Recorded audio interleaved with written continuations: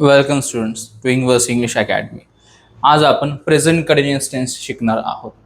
Present continuous tense खूप सारे students mistakes करतात, मिसकन्सेप्शन होतं त्यांचं. ते सिम्पल प्रेझेंट टेन्स व प्रेझेंट कंटिन्युअस टेन्स यांना मिक्सअप करतात. म्हणजे जिथं सिम्पल प्रेझेंट यूज करायचं आहे तिथं प्रेझेंट कंटिन्युअस यूज करतात व जिथं प्रेझेंट कंटिन्युअस टेन्स यूज करायचं आहे तिथे सिम्पल प्रेझेंट टेन्स यूज करतात. सो आज आपण याची करेक्ट कन्सेप्ट काय आहे हे शिकणार आहोत. सो सगळ्यात आहे तर फॉर्म्युला. आता फॉर्म्युला काय आहे प्रेझेंट कंटिन्युअस टेन्सचा? तर सब्जेक्ट यूज करायचा आहे सुरुवातीला. त्याच्यानंतर आपण एम, इज व आर हे 3 हेल्पिंग वर्ब्स यूज करत असतो प्रेझेंट कंटिन्युअस टेन्स मध्ये. देन तुम्हाला वर्ब आयएनजी कंपल्सरी यूज करायचा आहे व सर्वात शेवटी आपण यूज करणार आहोत ऑब्जेक्ट. तर बघा, तुमचा सब्जेक्ट ज्या वेळेस आय असेल त्यावेळेस तुम्ही एम हा हेल्पिंग वर्ब यूज करणार आहात. देन तुमचा सब्जेक्ट जर यू असेल, वी असेल, दे असेल किंवा तुमच्या वाक्यामध्ये जर प्लुरल असतील, जसं की 2 व्यक्तींची नावं असतील, राम अँड श्याम, किंवा इथं बघा प्राइजेस असं आहे, किंवा मोबाईल्स असेल तर मग प्राइजेस आर, मोबाईल्स आर, तर त्या केसमध्ये तुम्ही अशा प्रकारे आर हेल्पिंग वर्ब यूज करणार आहात. त्याच्यानंतर जर सब्जेक्ट आपला ही असेल, शी असेल, इट असेल किंवा सिंग्युलर असेल, म्हणजेच एकाच व्यक्तीचं नाव असेल, जसं की रमेश, रमेश इज असं होऊन जाईल, किंवा मोबाईल, मग तिथं होऊन जाईल मोबाईल इज. ओके, सो अशा प्रकारच्या सब्जेक्ट्स साठी आपण इज हा हेल्पिंग वर्ब यूज करणार आहोत.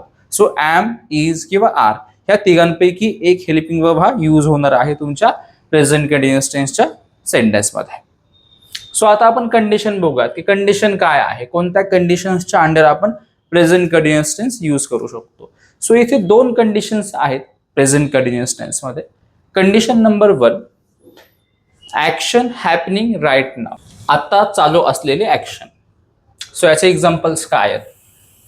I am teaching English now, मी आता इंग्लिश शिकवत आहे. बघा, जसं मी म्हटलो condition number 1 action happening right नाव, म्हणजेच आता चालू असलेले ऍक्शन, जे ऍक्शन आता चालू आहे ते ऍक्शन सांगण्यासाठी तुम्ही प्रेझेंट कंटिन्युअस टेन्स यूज करणार आहात.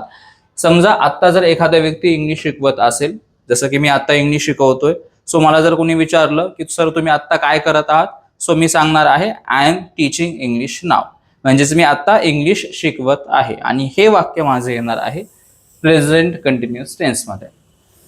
Second example, she is talking on the phone, ती फोनवरती बोलत आहे.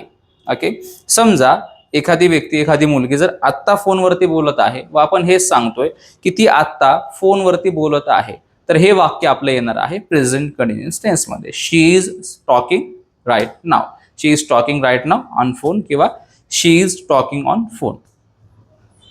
Next example, he is driving a car, समजा एखादा व्यक्ती आहे जो की आता कार चालवत आहे आणि समजा तुम्ही त्याच्या शेजारी बसलेले आहात आणि तुम्ही फोन रिसीव्ह केला त्याचा, मग तुम्ही फोनवरती सांगताय की तो आता कार चालवतोय, थोड्या वेळाने तो फोन करेल. वाक्य काय होईल आपलं? शी इज ड्रायव्हिंग अ कार, तो कार चालवत आहे. सो समजलं तुम्हाला? ज्यावेळेस एखादी ऍक्शन आत्ता चालू असते, एखादी आत्ताची ऑन गोईंग ऍक्शन, ती सांगण्यासाठी आपण काय करणार आहे? प्रेझेंट कंटिन्युअस टेन्स यूज करणार आहोत.